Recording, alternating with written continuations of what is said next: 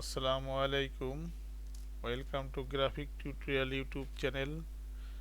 আমি আজকে অ্যাডোবি ইলাস্ট্রেটরের কিছু বেসিক টু অ্যাডভান্সের কিছু টুল দেখাতে যাচ্ছি, যেটা স্কেল টুল, শেয়ার টুল, রিশেপ টুল সহ আরও কিছু টুল, যেটা ফ্রি ট্রান্সফর্ম টুল আর পাপেট ওয়ার্প টুল, হোয়াইট টুল।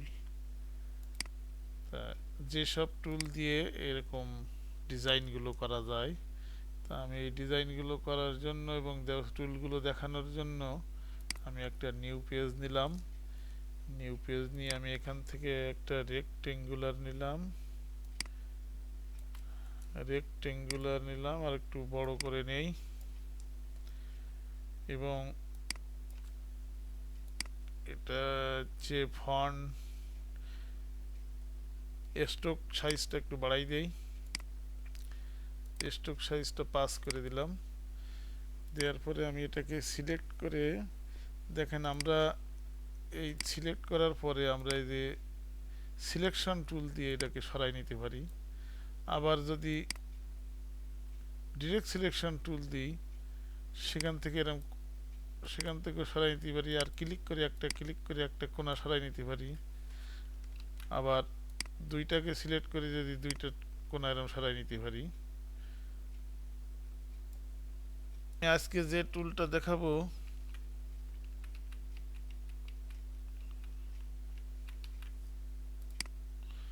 আমি যে টুলটা দেখাতে যাচ্ছি সেই টুল দিয়ে দেখেন এই দুই টুলের কাজ একসঙ্গে করা যায়।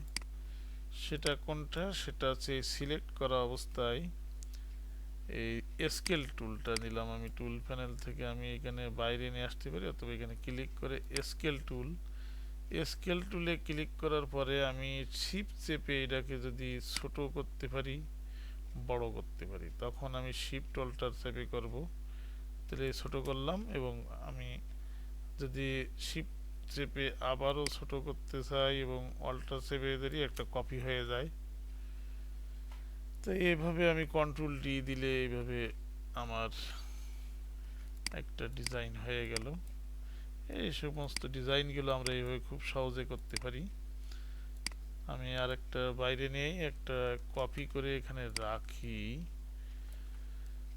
যাতে আমার বারবার নিয়ে আসা না লাগে। তাহলে আমি এখান থেকে এখন যদি এই স্কেল টুল নিয়ে শিফট চেপে এরকম বাইরে বড়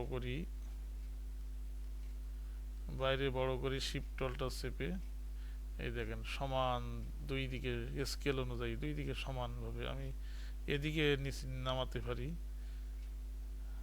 এদিকে নিতে পারি। তো দুই দিকে সমানভাবে বাড়বে। আবার চারিদিকে যদি আমি এরকম কোনার দিকে নেই, তাহলে চারিদিকে সমান হয়ে বাড়বে, চারিদিকে সমান হয়ে কমবে। আর যদি এরকম নেই, তাহলে একদিকে উপরে নিলে একদিকে কমতেছে, বামে ডানে নিলে একদিকে বাড়তেছে কমতেছে। কিন্তু দেখেন দুই দিকে কিন্তু সমান বাড়তেছে। এদিকে 421 পিক্সেল 440 পিক্সেল বাড়লেও ওদিকে ডান দিকেও 440 পিক্সেল বাড়ছে। তো এই টুলটা দিয়ে এইভাবে আর কি আমরা বিভিন্ন ডিজাইন এইভাবে আমরা বানাতে পারি। এরপরে আরেকটা দেখাই। আমি এটাকে একটু পাশে সরাই রাখি, রেখে এটাকেও কপি করে রাখি। রেখে এটাকে যদি আমি ফিল কালার করে দিই এবং কপি করি, কন্ট্রোল ডি দিয়ে আরো করি, আমি আরেকটু ছোট করে নেই। ছোট করে নেওয়ার পরে আমি অল্টার দিয়ে এটাও আরেকটু করি, এবং কন্ট্রোল ডি দিয়ে আরেকটু বাড়াই। এবং এখান থেকে যদি আমি এরকম নিয়ে স্কেল টুল দিয়ে এইভাবে সমানভাবে বাড়াতে পারি। আমি এইটা যদি কথা 200 বাড়াই বা 150, 150 বাড়ালাম, আর ওরা ঠিক থাকবে। এদিকে বাড়াবো অনলি। পরেরটা পরেরটা সিলেক্ট করে আমি এবার বাড়াবো 100। এইভাবে আমি ধারাবাহিকতা বজায় রাখতে পারি। এবার বাড়াবো 100, এরপরে পরেরটা বাড়াবো 75। এইভাবে একটা ধারাবাহিকতা বজায় রাখতে পারি। এইভাবে ধারাবাহিকতা বজায় রাখতে পারি। আচ্ছা, এটা ভাবে গেল। এরপরে আমি সবগুলোকে নাই করে দিলাম, দিয়ে আমার যে একটা থাকলো আমি একটাকে সিলেক্ট করে এইদিকে যদি এখন লম্বা করি, এই বিভিন্নভাবে করতে পারছি,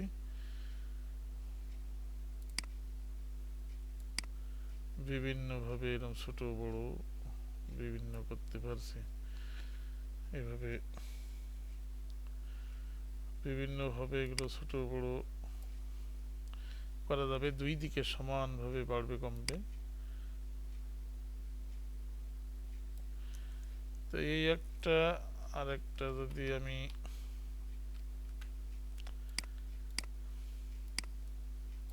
আরেকটা এটা মুছে দিই, মুছে দেওয়ার পরে আমি নিচেরটাকে আবার কপি করে উপরে তুলি,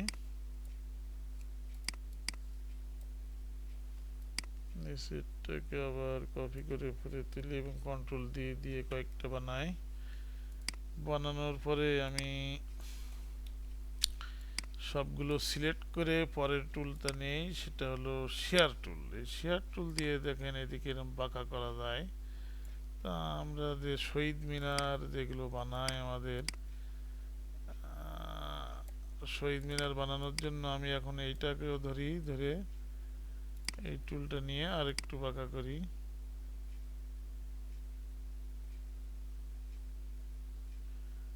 আর একটু বাঁকা করি, বাঁকা করার পরে আমি উপরের টুলটা সিলেক্ট করে এখন যদি এর সমান উপরে নিয়ে যাই, আর নিচের দুইটাকে সিলেক্ট করে এইদিকে সরাই নিয়ে যাই, তো দেখেন এদিকে এ হলো শহীদ মিনার হয়ে গেল।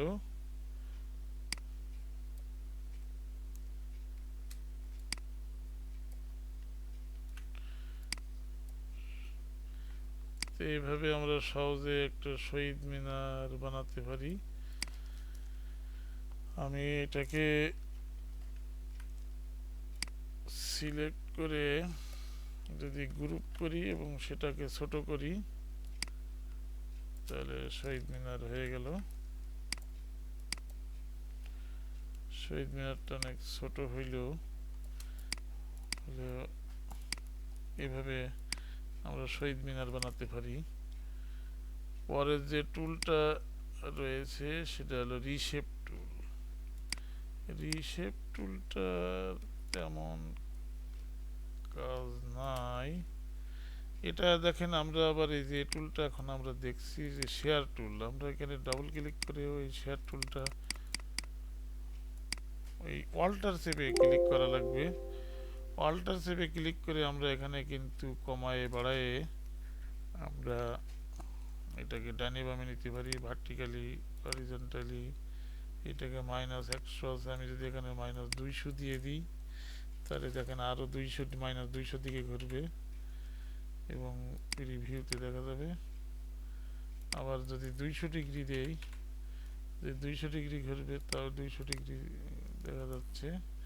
তো এইভাবে আমরা এটাকে ট্রান্সফর্ম ফিরে করাতে পারি এবং এখানে কপি দিলে আগে যেটা ছিল সেটার সঙ্গে একটা এরকম তৈরি হবে, দুটা এরকম।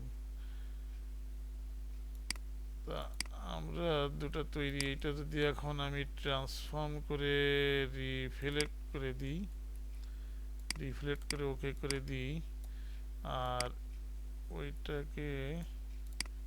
এইটাকে সেন্ড টু ব্যাক করে দিই, আর এটা উপরে থাকলো, আর ওইটাকে আমি যদি অপাসিটি একটু কমাই দেই, তাহলে দেখেন একটা ছায়ার একটা মনে হবে। এটাকে আবার অন্যভাবেও করা যায়, সেটা রিফ্লেক্ট না করেই যেটা ছিল, এখন আবার এটাকে রিফ্লেক্ট করি, এই রিফ্লেক্ট করি এবং ওই কোণাটা আরো এরকম বাইরের দিকে থাকতো, তাহলে মনে হচ্ছে এইটার ছায়া ওখানে পড়ছে। তাহলে আমাকে আরো ঘোরাই দিতে হবে ওটাকে, ওইটা না, প্রথমটাকেই ঘোরাতে হবে। এটাকে রেখে অল্টার শেপে এখানে ক্লিক করতে হবে। অল্টার অল্টার শেপে ক্লিক করলে এবং 200 ডিগ্রির জায়গায় আমরা যদি 300 ডিগ্রি ঘোরাই দেই এবং হরিজন্টালি এদিকে ঘুরবে। এটা কপি নিলাম এবং এটাকে রিফ্লেক্ট করে দিলাম। রিফ্লেক্ট করে দিয়ে ঠিক এর নিচে দুইটা এক জায়গায় করে দিই এবং এইটাকে সিলেক্ট করে আমি অ্যারেঞ্জ টু ফ্রন্ট করে দিলাম। তাহলে অটোমেটিক ওইটা পিছনে চলে গেল এবং এর অপাসিটিটা কমাই দিলাম যে এটা ছায়া ওটা পড়ছে। আমি এটাকে যত লম্বা করে দিলাম, এখন এটা ছায়া ওইটা। এইভাবে আমরা ট্রান্সফর্ম স্কেল টুল এবং শেয়ার টুল আর রিশেপ টুলও আমরা এইভাবে রিশেপ করতে পারি। এখানে একটা থাকলো, কতগুলো হয়ে গেল দেখছেন। এটা রিশেপে ক্লিক করলে একটা সিলেক্ট করে রিশেপ দিলাম। রিশেপ দিয়ে আমরা এইটাকে বিভিন্ন ঘোরায় বিভিন্ন শেপ তৈরি করতে পারি। এটা হলো রিশেপ। এখন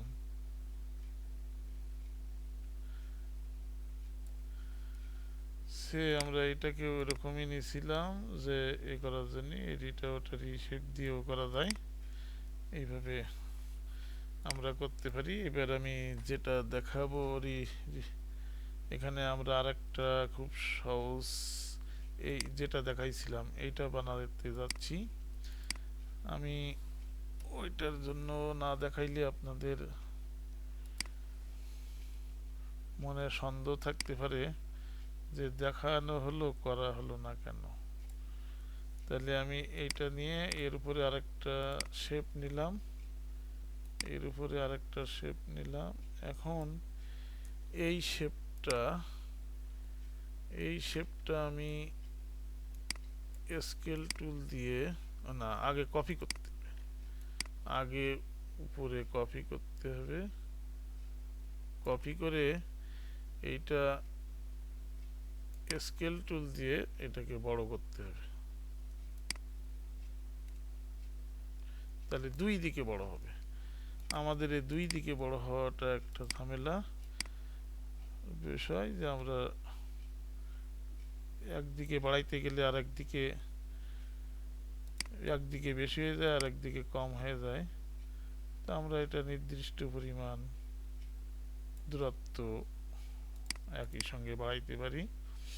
তা আমরা এটা একটা দেই, গ্রেডিয়েন্ট কালার দেই। গ্রেডিয়েন্ট কালার একটা আমি একটু যদি কালার দেই,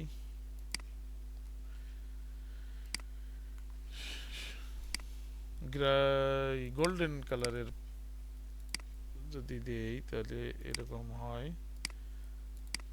এটার সাথে এইটা, এটার সাথে এইটা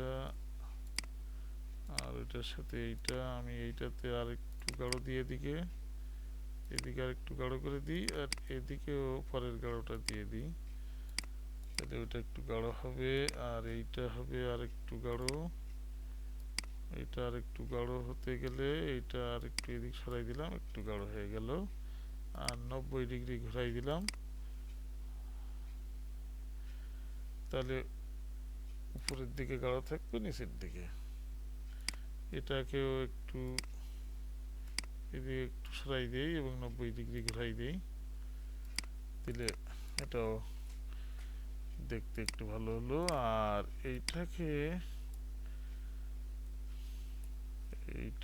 যদি আমি এখন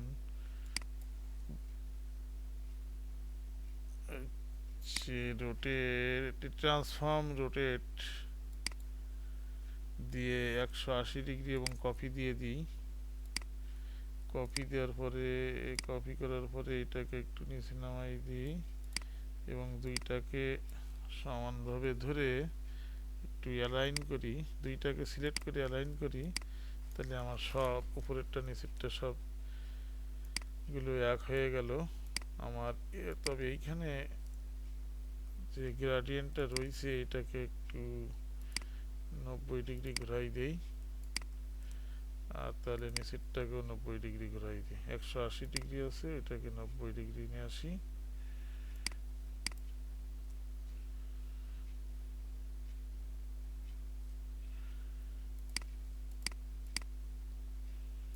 এটাকে -90 ডিগ্রি ঘোরালে বেশি ভালো, যেহেতু নিচে উল্টায় নিয়ে গেছি। এটাকে এখন গ্রুপ করি, বা গ্রুপ করার আনগ্রুপ করে আমি এই দুটাকে যদি একটু ইউনাইট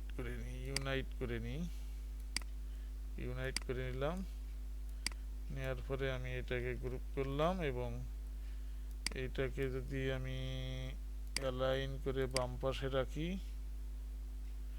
এবং নিচে নামাই দেই,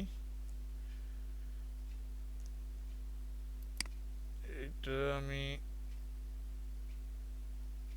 রিফ্লেক্ট করলেও হবে, রিফ্লেক্ট করে সেটাকে এখন এইদিকে নিয়ে যাই এবং নিচে নামানো থাকে।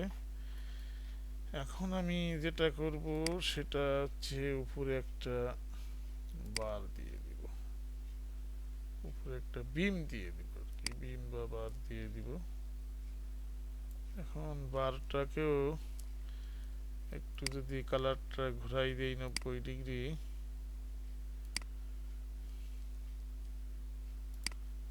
তাহলে এরকম দাঁড়ায়। এবং আমি সবগুলোকে যদি একটা গ্রুপ করে নিই, গ্রুপ করে আর একটু ছোট বানাই এবং এটাকে সিলেক্ট করে আমি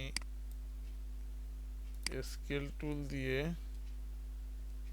এই কোণা ধরে একটু ছোট করে নিয়ে আসি এবং অল্টার চেপে ধরি, তাহলে কিন্তু এরকম দাঁড়ায়। এবং এইটা দেখেন উপরে আছে, আমি এটাকে অ্যারেঞ্জ টু ব্যাক করে দিলাম, বাইরে দিয়ে দিলাম এবং কন্ট্রোল ডি প্রেস করলাম। দেখেন আমার ডিজাইনটা হয়ে গেল। তা আমি এই ডিজাইনটাই আপনাদেরকে এই পাশে দেখাইছিলাম, সেইটাকে এখন, ওটা একটু লম্বা বেশি ছিল। আর এটা যদি আমি এখন সবগুলোকে ডিলিট করে আমি যদি আর একটু লম্বা করে নিই, তাহলে দেখবেন আরো সুন্দর দেখা যাচ্ছে। তাহলে আমি এটাকে একটু এদিকে খাটো করে এবং সেন্টার করলাম, তাহলে আমার লম্বা হয়ে গেল। এখন স্কেল টুল নিয়ে আমি শিফট চেপে এটাকে একটু ছোট বানালাম আর অল্টার প্রেস করলাম, মানে আরেকটা কপি হয়ে গেল। তো এবার আমি এটাকে রাইট ক্লিক করে অ্যারেঞ্জ টু ব্যাক করে দিলাম এবং কন্ট্রোল ডি প্রেস করতে থাকলাম, এইভাবে চলে গেল অজানার পথে। এটাকে আমি এখন গ্রুপ করে রাখলাম, আমি এটাকেও এখানে নিয়ে আসলাম। শহীদ মিনার সবার উপরে থাকা উচিত এবং আমরা যে টিভির মতো যেটা বানিয়েছি এটাও থাকা উচিত। তো ধন্যবাদ যারা আমার গ্রাফিক টিউটোরিয়াল ইউটিউব চ্যানেলটি সাবস্ক্রাইব করেননি, তারা সাবস্ক্রাইব করে পাশে থাকা বেল বাটনটি বাজিয়ে দিবেন এবং আপনাদের মতামত কমেন্টের মাধ্যমে জানাবেন।